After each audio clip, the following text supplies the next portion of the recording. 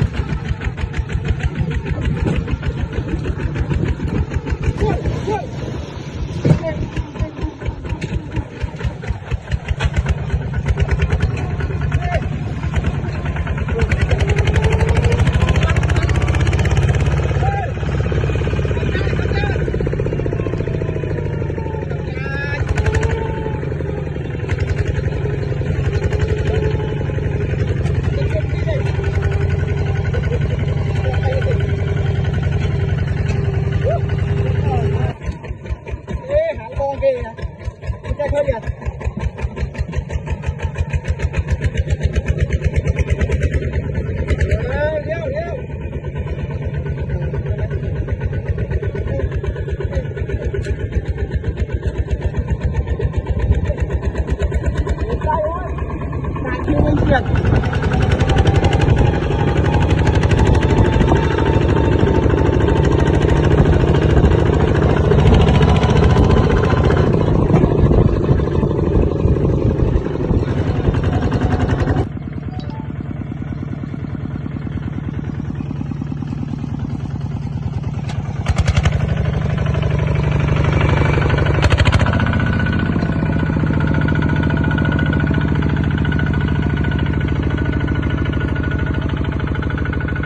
Bông bông na trời ca này mesin free trả hình bông bông bông thôm đi bông siam năm phi phân mà pay ấy năm phi phân bảy mà cái chua rồi cái tốc này một lốp đó phải tốc nâng một lốp ví dụ cái bữa trong về nhỏ lỉnh nên bông na trời ca vay chanh bông nhom vay chanh môi thu thay đây bông bông tụi này tụi nó tam page chứ không và thì có YouTube channel mở sang mới trai mới tìm lưng nó không thích thế này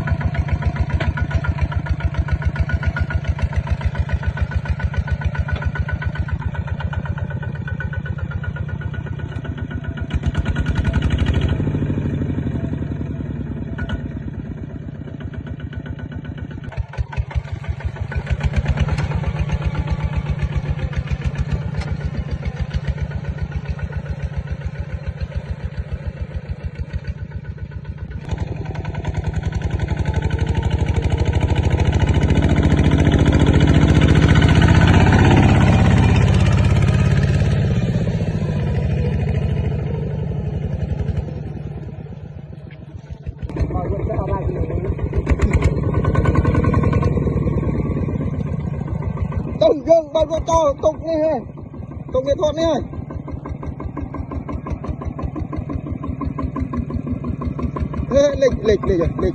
Lịch con